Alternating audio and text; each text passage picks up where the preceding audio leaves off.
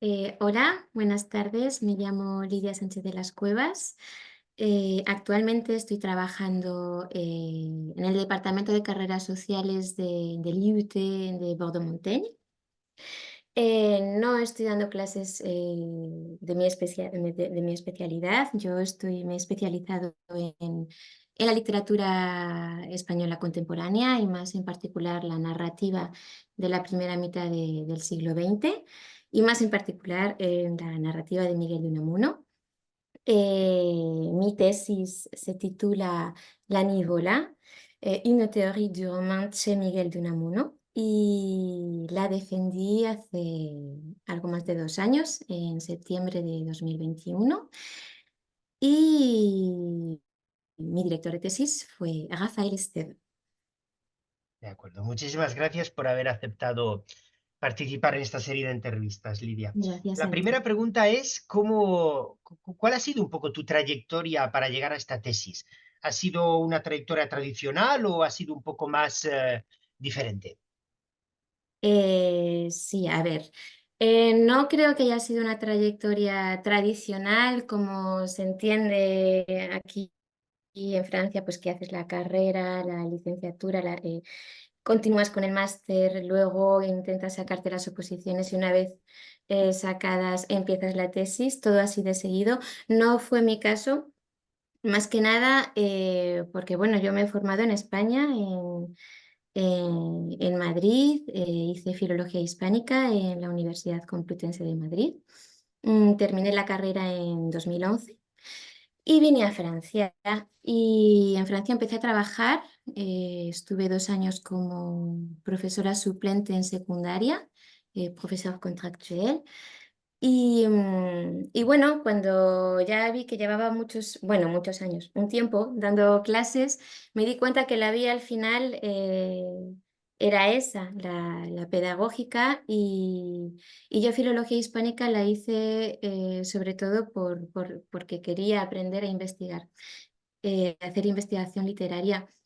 Entonces corté un poco en seco y dije, o me preparo las oposiciones ahora o me regalo unos años antes de terminar enseñando, me regalo unos años para poder investigar.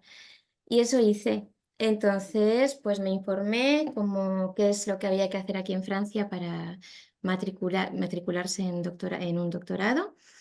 Y había que entregar lo que llaman aquí, bueno, la memoria, el trabajo final de máster, que yo no tenía. Entonces me matriculé en un máster de recherche en estudios hispánicos e hispanoamericanos en la Universidad de Burdeos.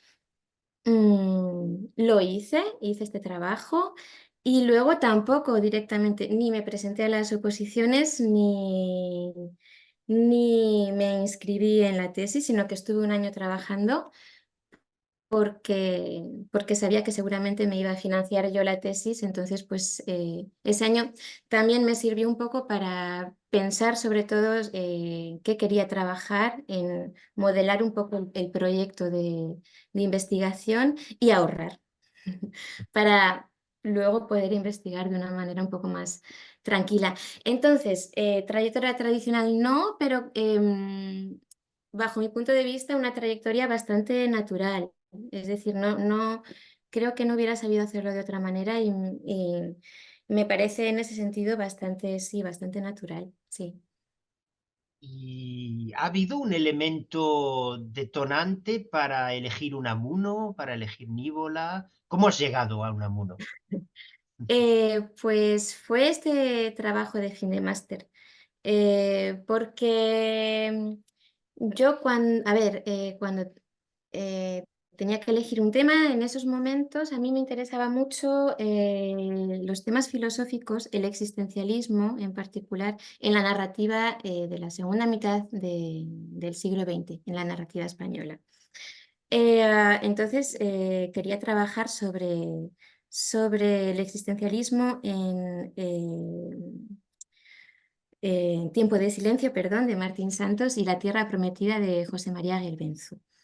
Le presenté este proyecto a mi director Y bueno, él me aconsejó que era mejor trabajar sobre autores que tuvieran la misma notoriedad.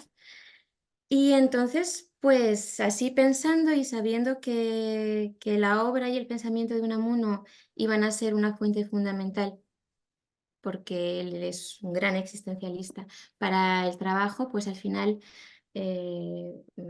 decidí trabajar, quité a Gelbenzu y hice un estudio comparativo sobre Niebla de Unamuno y Tiempo de silencio de Martín Santos. A raíz de este trabajo, claro, yo descubrí Niebla, me enamoré de esta novela, descubrí unas técnicas narrativas, unos recursos asombrosos y esta novela lleva por subtítulo Nivola. Entonces ahondé un poquito, vi que no era simplemente un subtítulo y ahí pues me entraron muchas ganas de indagar sobre este concepto y descubrir la obra narrativa completa de Unamuno. Así llegué, así. Oye, ¿De casualidad? antes de tirarnos a la piscina de Unamuno, has hablado de Martín Santos. ¡Qué autor, qué novela! Y qué Mm, personaje tan, entre comillas, poco estudiado, ¿no? Porque es un gran desconocido, entre comillas, ¿eh? Es conocido, pero, sí. wow, es impresionante ese autor. Sí, la verdad que también es muy complicado. Yo creo Mm, que a lo mejor se estudia poco porque su obra tampoco es enorme ujú, pero al final sí que se ha quedado como uno de los ejemplos de experimentación de los años 60, de correcto. experimentación Sí, sí, narrativa y está ahí como en la base es sí, casi sí, sí, sí. él. Eh, entonces, bueno, sí que es verdad que al final como me cambié de mitad de siglo, al final mis investigaciones no han ido por ahí, lo tengo pendiente, porque desde el trabajo de fin de máster no he vuelto a trabajar sobre él y es una pena, porque realmente narrativamente es muy interesante. Mm. Y volviendo a Unamuno y a tu tesis, ¿podrías decirnos en un par de frases qué es lo que pretendiste decir con tu tesis? ¿Cuál es tu tesis? Ya, es, es difícil, ¿eh? Esta pregunta es muy difícil.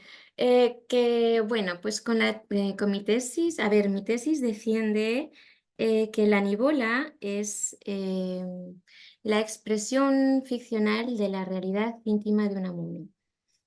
¿Y eso qué quiere decir? Que Unamuno se vio con la necesidad de crear un neologismo para explicar su manera de entender la narrativa. Y entonces, bueno, en mi tesis defiendo en primer lugar qué es, eh, a ver, ¿cómo explicar? Perdóname. Defiendo em, que Unamuno teorizó, es un teórico de la novela y para ello me baso en muchos escritos suyos, no solamente las novelas, sino muchos artículos o incluso en su poesía o en diarios íntimos. Y él elabora toda una teoría de la novela muy interesante que no publicó en sí nunca como una obra como tal, pero es un teórico real. Entonces a mí lo que me interesó en la tesis fue realzar esto, eh, comprender esa teoría y luego comprobar si eh, pudo él aplicarla Claro. como escritor.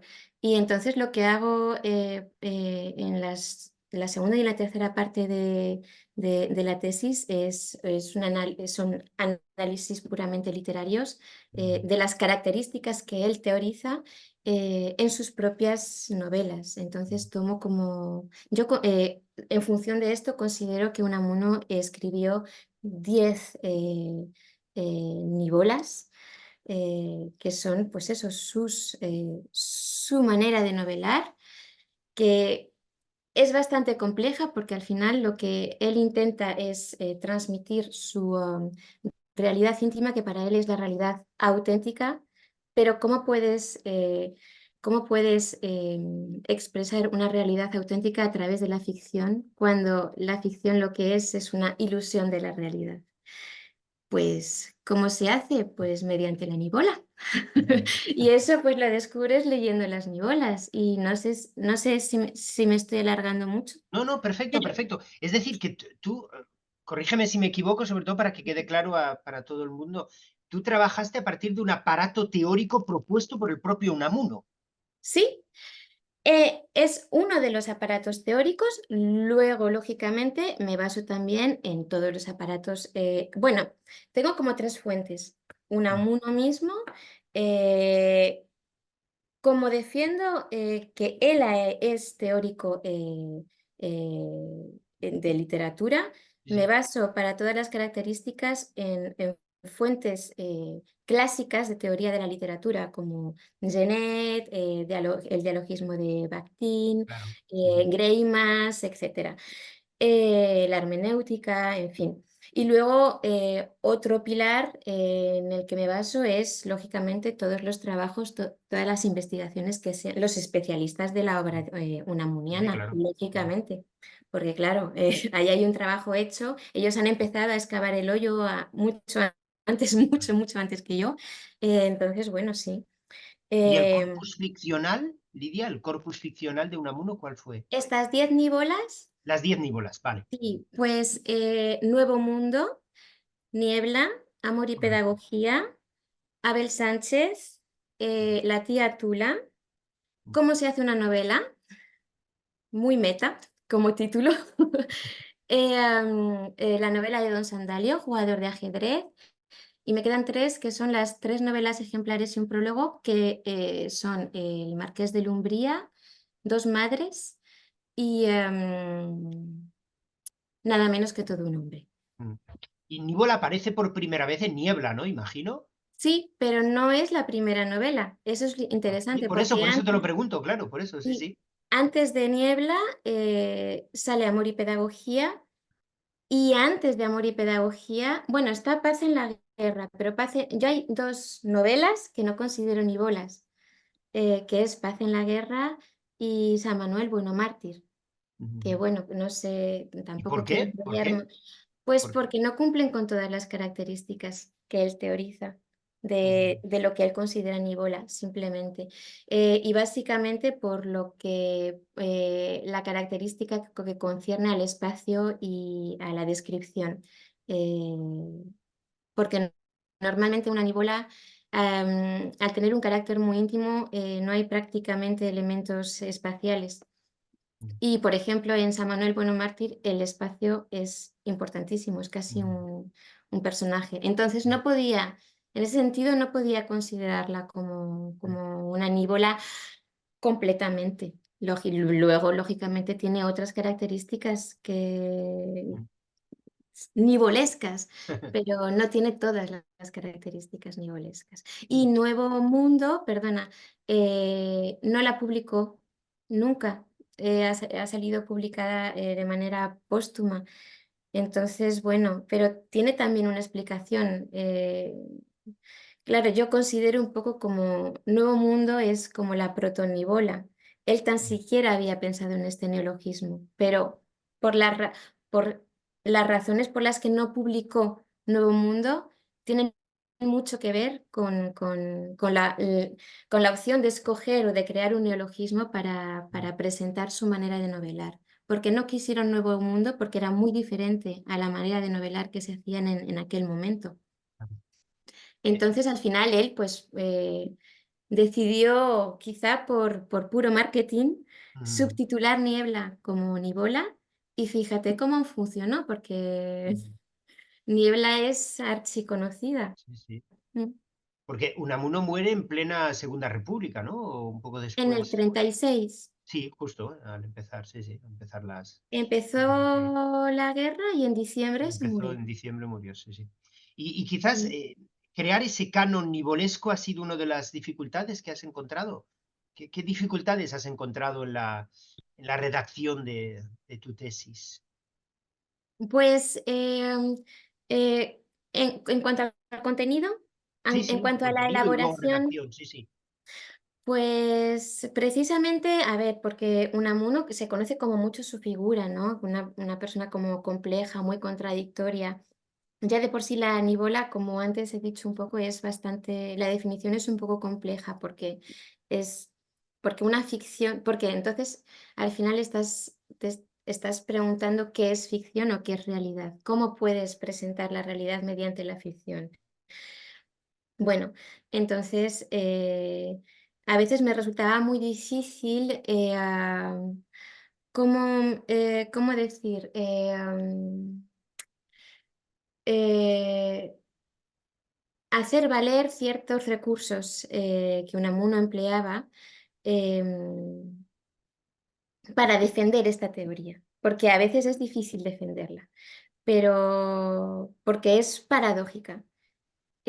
Pero creo que finalmente, bueno, no ha sido tanto una dificultad mía, pues sí, para mí ha sido difícil, pero difícil fue para él. Entonces, bueno, yo lo único que he intentado es explicarlo. Y en esa explicación es donde a veces como que decía, bueno, pero no puede ser. Esto así no puede salir porque se está contradiciendo con, pero bueno, al final, pues él tiene un concepto en esta teoría que se entiende muy bien y que explica también estas contradicciones, que es el monodiálogo. Mm, sí, sí, Monólogo o diálogo, pero sí, las sí, dos sí, sí. cosas no. Pues así ocurre en la mayoría de todos los recursos que él emplea. Con las Ujú, metalepsis, por ejemplo, ¿no? Los sueños, cuando vemos un poco como el mundo isotópico que rodea la nivola, son todo como dimensiones, no sabes lo que pertenece a los sueños, a la realidad. Bueno, eh, a nivel intelectual, quizá en ese sentido es lo que me costó más. Em, es, de cierta manera, es muy fácil defenderle porque es muy original. Entonces no tienes que hacer prácticamente nada, pero para explicarlo bien es muy difícil. sí, claro, por eso te lo digo, que me da la sensación que es interesante lo que has hecho, porque yo no conozco Unamuno, más allá de simple lector, pero no optaste por la facilidad a la hora de trabajar Unamuno. Sí, no, y creo que de manera general, actualmente, hablo como, me voy un poco de tema, pero creo que cuando empiezas una tesis, lo que se busca ahora es buscar el artista o la obra novedosa, que no se ha trabajado nunca, un tema, pues eso, que no se ha estudiado, y de repente llego yo. Claro, mi director diría, y que quiero estudiar la obra narrativa de Unamuno, que es casi, pues eso, es un clásico y su obra y su figura son archiestudiados. Entonces, en cierta manera, parece como más fácil porque no he rebuscado un tema, pero es muy ambicioso y creo que eso dificulta mucho porque hay mucho trabajo detrás, hay un trabajo Mm. de lectura enorme detrás y que hay que saber clasificar, que hay que saber, bueno, así ha sido un trabajo difícil y sobre todo que como es una figura tan importante, claro, ¿a dónde vas tú? Y con todos los trabajos tan importantes de investigadores tan importantes que ya han hecho un trabajo no similar, pero bueno, que han empezado y que han hecho cosas enormes. ¿Cómo llegas tú y dices que quiero participar? Entonces, sí, en ese sentido ha sido muy difícil saber posicionarse y aportar algo. Y saber clasificar la información, ¿no? Porque enfrentarse a un clásico es también enfrentarse a una bibliografía monumental, imagino. Enorme, enorme, sí, sí. Y vamos, yo imagino que no he leído todo, vamos, pero he leído mucho. Pero he hecho el trabajo está hecho, sí, sí, sí, Y el hecho de escribirlo en una lengua que no es la tuya materna, sí. ¿cómo lo has vivido? Mm, claro, ese te preguntaba antes sobre si te hablaba de dificultades intelectuales. Hubo otras, como fue el tema del idioma, a ver, lo decidí yo. Yo sola me metí en el lío. Ya de por sí, cuando escribes un trabajo tan monumental como una tesis, mi tesis, bueno, como muchas otras, tiene más de 500 páginas. Ya escribirlo ya es difícil. Y si te pones a escribirlo en otro idioma que no es el tuyo, que no es tu lengua materna, pues también es complicado. Al terminar el tercer año de doctorado, empecé a redactar. Y ahí es cuando realmente decidí si lo hacía en español o si lo hacía en francés. Y lo pensé mucho porque digamos que no se me motivaba demasiado para hacerlo en francés. Se me aconsejaba más bien que lo hiciera en español porque me iba a dificultar pues en el desarrollo de las ideas, etcétera. Lo que pasa que, bueno, mi nivel de francés es muy bueno, las cosas hay que decirlas. No por eso no es mi lengua materna, eso hay que decirlo. Y lo hice en francés porque desde un principio yo pensé en este proyecto. A ver, cuando escribes algo, lo haces por ti, no sé, lo haces por muchas cosas, pero también piensas en el lector que te va a leer. Y a mí me interesaba mucho escribir para un lector francófono y descubrir eh, esta parte de la obra de Unamuno a un lector francófono, porque en España se conoce de sobra, pero en Francia no. Y en Francia está casi como esta figura del intelectual y cómo se le relaciona automáticamente con la guerra civil y cómo se posiciona políticamente, que tampoco se explica bien, pero bueno. Entonces yo quería contribuir a dar a conocer quizá lo que para mí es más importante de la obra de Unamuno, que no es tanto él, sino su obra. Y entonces quería que fuera un lector francófono. Si hubiera querido escribir la tesis en español, hubiera buscado una universidad española. Mm, Hice todo para hacerlo en francés y fue muy difícil. Sí, tampoco pienso que me complicara para desarrollar las ideas porque pienso en francés y también pues me ha permitido ir más despacio, mm, pero releerme mucho sí, más sí, sí. Sí, es muy y interesante lo que dices. Creo que es una de las virtudes de escribir en una lengua que dominas, pero que no es la tuya materna. Es verdad. mm, pero bueno, es muy difícil y yo, bueno, al final los últimos meses de la tesis los dediqué con una persona a hacer la relectura y Sí, sí, con claro. un trabajo de Sí, sí. lengua. Ujú, ujú. Mm, Sí, sí. O sea que fue trabajo añadido, o sea que fue Ujú, una dificultad. Otra dificultad que podría así decir rápidamente es el miedo este a la página en blanco. Pero bueno, creo que esto es bastante común y, y sí, sí tuve como este bloqueo de ¿cómo hago? Porque es muy fácil escribir y tomar apuntes e ideas, pero luego cuando quieres crear esta frase ya bien construida y luego el párrafo y al final el capítulo, pues eso es muy difícil y bueno, eso fue una dificultad también. Y dificultades que no tienen nada que ver con el contenido de la tesis, pues a lo mejor podría hablar de la presión que yo sentí para terminar la tesis. Más o menos como a partir del cuarto año ya era como, tienes que terminar este año. Y era como, difícil. Y yo la tesis la he hecho en 6 años. Entonces, los últimos 3 años sí que fueron un poco en ese sentido, me sentí un poco presionada. Y, y creo que tiene que ver también pues, con una dificultad que no tiene nada que ver con el hecho con el contenido, pero bueno, la dificultad económica, porque como he dicho antes, creo que hay, bueno, sí me gustaría decir que para ciertas cosas un doctorando con contrato doctoral y un doctorando sin contrato tienen las mismas condiciones. Y a mí, por ejemplo, cuando se me presionaba para terminar, se me metía en unas mismas condiciones que creo que, bueno, me desmotivaron más que otra cosa, porque no es lo mismo trabajar con un contrato doctoral que hacer la tesis trabajando al mismo tiempo, porque así es como lo hice yo.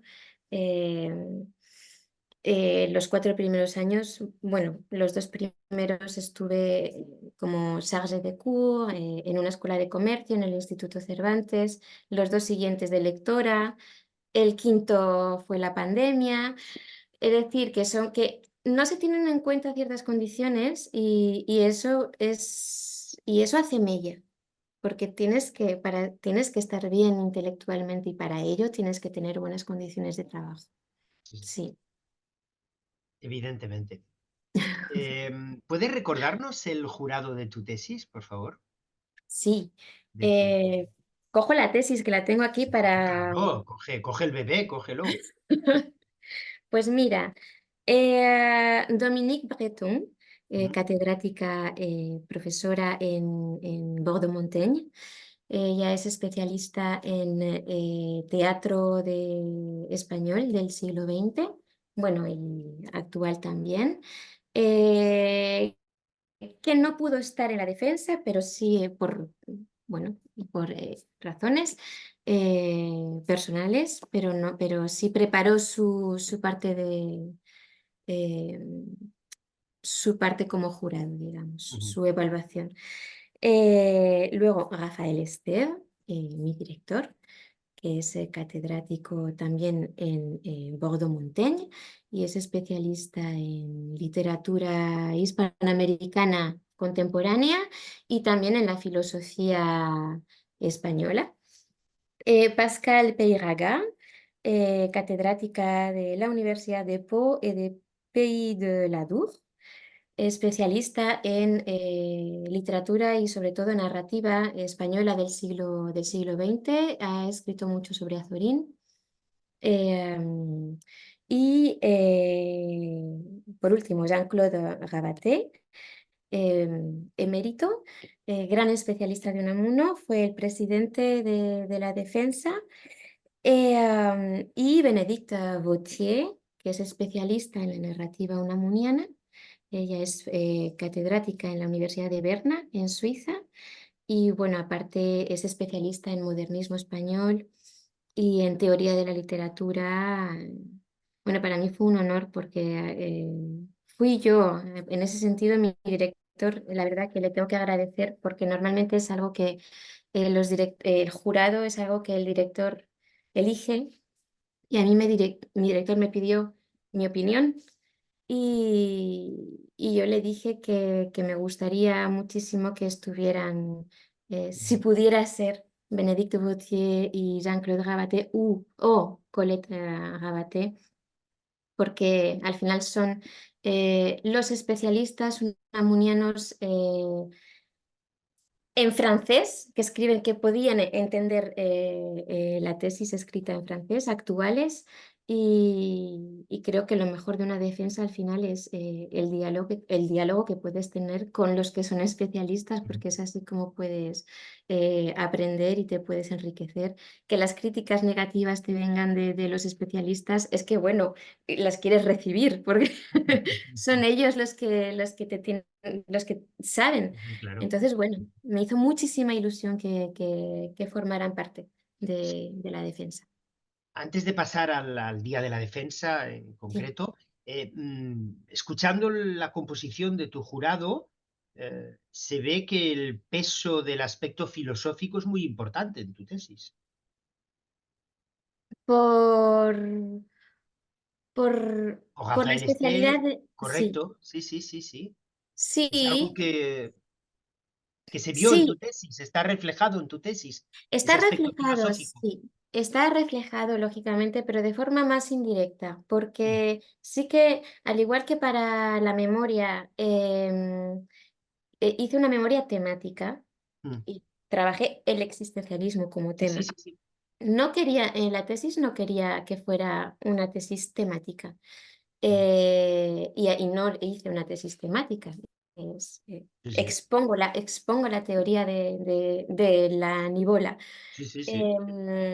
Pero lógicamente Unamuno, entre otras cosas, fue un gran pensador y un gran filósofo, y en su realidad íntima está su filosofía, Claro. y lógicamente se refleja en su narrativa, en su nibola. Entonces sí, sí, y en ese sentido mi director, pues claro, me dio muchos consejos muy interesantes. No quise, y lo he como que reivindicado siempre, la tesis tiene un enfoque literario, no es una tesis filosófica, es una tesis de literatura, pero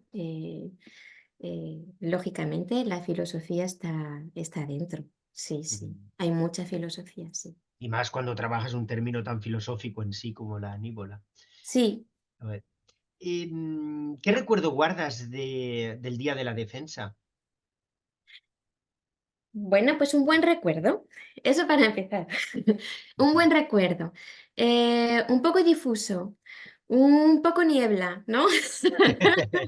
Bien buscado, Eh, bien buscado. a ver, la viví con muchos nervios, pero eso ya es cosa mía. Entonces, la defensa en sí se me pasó rapidísimo. Muchas veces ni me daba cuenta de lo que estaba contestando, la verdad. Ni muchas cosas de el diálogo que se estableció. Al final, en la copa de después, cuando la gente me decía, ay, te han dicho esto y te han dicho, digo, ¿ah, sí?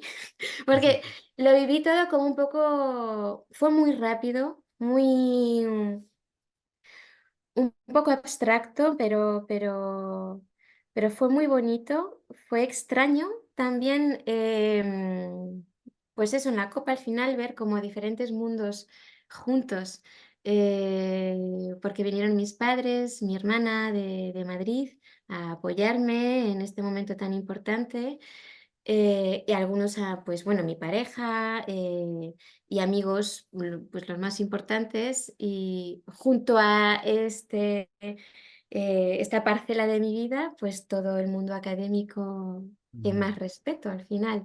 ujú, Y entonces los veía todos juntos tomando una copa y se me hacía muy raro, pero muy bien, como que de repente era posible y muy bien. Fue una pena que por aquella época había foro limitado todavía por el tema de la sí, sí. pandemia, y podíamos ser como máximo 20 personas.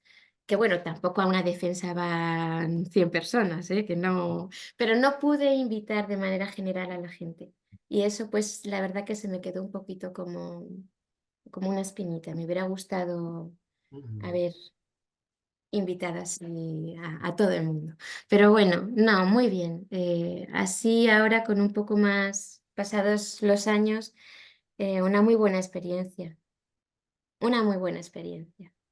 Sí, sí, fue un día, estuve feliz, sí, sí, sí, sí.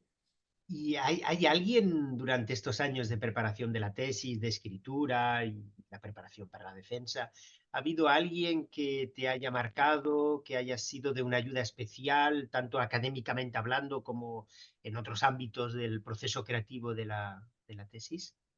Sí, claro, hay pues diferentes personas. Como ya he hablado de ellos, pues a lo mejor intelectualmente voy a empezar por Jean-Claude Gabaté y Colette Gabaté, porque bueno, tuve la oportunidad de conocerlos durante los años de doctorado, en el tercer año.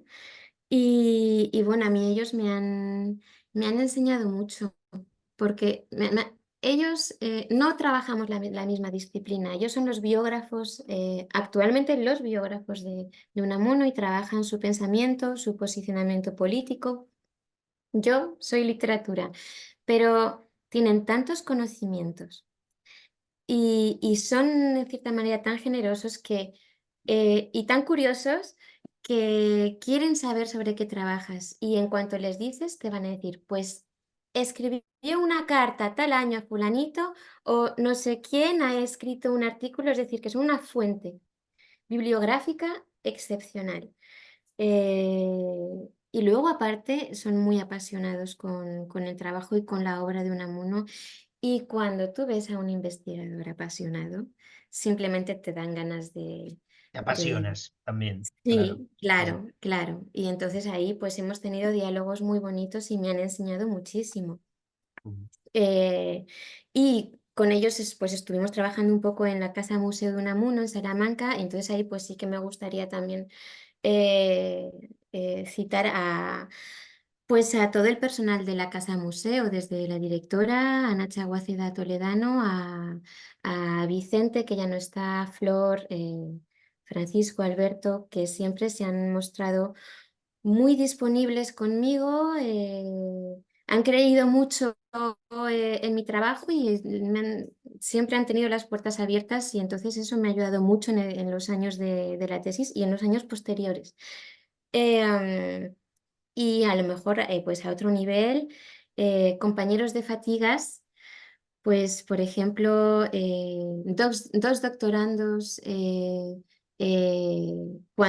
cuando yo era doctoranda, pero que ahora son doctores. Joy Courret, doctora, hoy especialista en la obra de Jodorowsky, que ha sido y es mi amiga, mi compañera. Hemos hecho las tesis juntas y hemos vivido todo al mismo tiempo a nivel emocional, a nivel intelectual, aunque no trabajamos los mismos temas.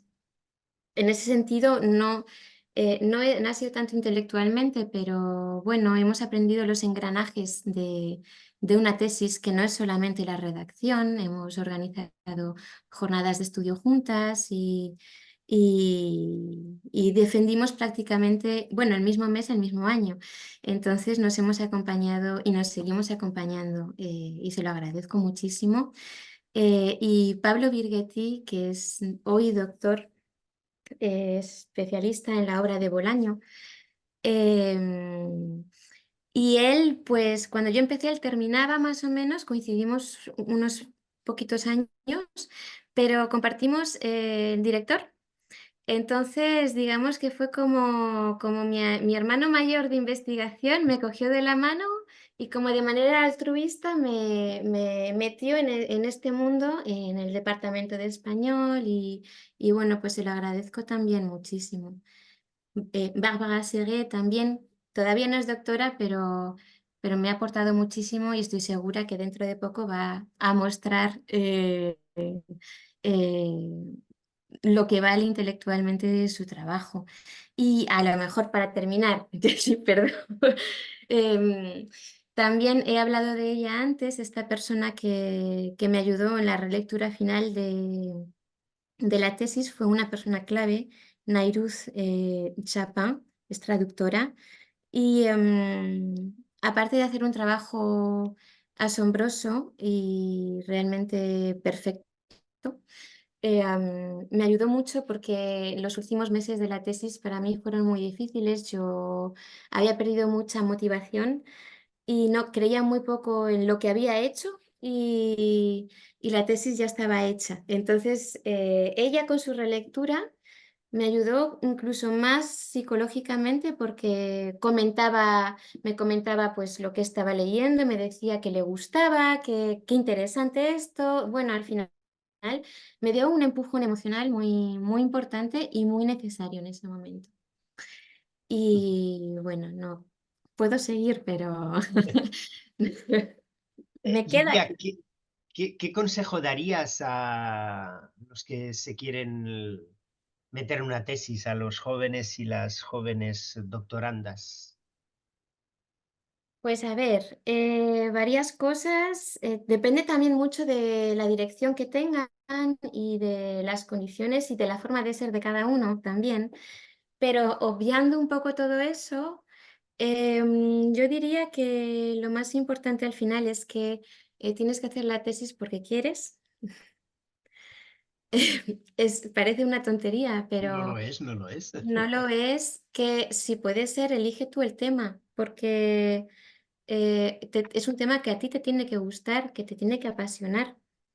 Mm, Hombre, se te puede aconsejar, lógicamente, pero tienes que poner mucho de tu parte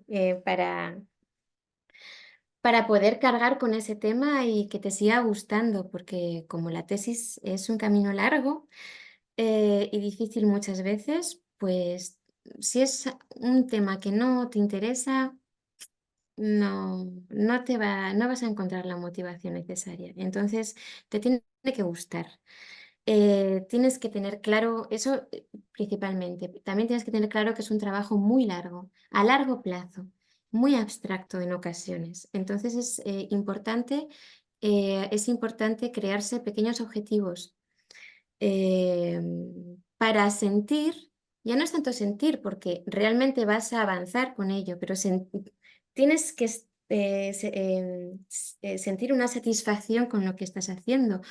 Y cuando no tienes objetivos claros, te puedes perder y de ahí no sales. Entonces, sí, fijarse objetivos, tener una organización, eso ya depende mucho de cómo sea la gente, de cómo trabaje, pero bueno, en función de cómo cada uno sea, encontrar su organización. Em, Saber también, como es un proceso muy largo, saber también cortar y descansar. No puedes decir, bueno, descansaré cuando termine, porque si no, tampoco vas a terminar, te vas a quedar al final. No puedes estar en modo sprint Ujú. durante Sí, sí. 100 kilómetros. Es Ujú. imposible. Entonces hay que saber parar, descansar y volver a la carga.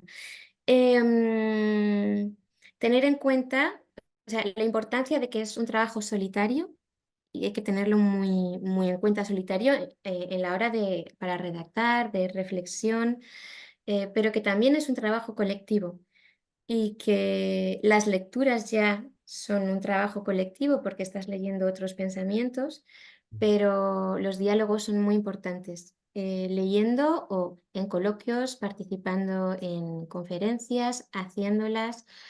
Todo eso es muy importante para enriquecer tus propias Sí, ideas. sí, claro. Sí, sí. Y a lo mejor quizá, pues, el último consejo que a lo mejor no, pero para mí, me tomé la tesis así, la tesis para mí, fue, un fin en sí mismo. No fue un medio para, luego, poder optar a un puesto en la universidad o sí, para mejorar mi currículum. Que sí, que me sirve para eso, pero me tengo que satisfacer con haberla hecho. Es decir, es un fin en sí mismo. Sí, sí, sí, sí. Entonces, yo estoy contentísima con haberla empezado, haberla recorrido y haberla terminado. Eh, no sé, mm, ya está. Pues está muy bien como consejo. ¿Puedes Bueno, leernos lo que tú consideras la primera frase de tu tesis, por favor? bueno, venga. A ver, la verdad que, bueno, la primera frase de la introducción, Como quieras. mm, voy a beber. A ver, em, pues eso es la introducción y empiezo así. La Nivola est présentée et définie communément comme un néologisme créé par Miguel de Unamuno pour caractériser sa manière de concevoir le roman et ses productions narratives et fictionnelles. Esa es la primera frase. Perfecto. Pues muchísimas gracias. Era eso lo que queríamos escuchar. Bastante Muchísimas clara. gracias. Sí, Perdona, bastante. si quieres comentar algo. No, perdón, no, quería decir que es verdad que leyéndola es como un poco como el título, soy como bastante clara, No soy alambicada en ese sentido. Empiezo por la definición, quizá para luego demostrar que no es tan fácil como parece. Pero sí, es como empiezo ya casi como contestando a la tesis, pero quedan 500 páginas todavía. Bueno, no sé, es curioso, pero bueno, creo que me gusta. Volvería a empezar así otra vez, pienso. Muchísimas gracias, Lidia, por habernos explicado todo este proceso de creación de tu tesis con una sonrisa, con tanta alegría y con tantos buenas sensaciones. Muchísimas gracias. Muchas gracias a ti y por esta entrevista que ha estado muy a gusto.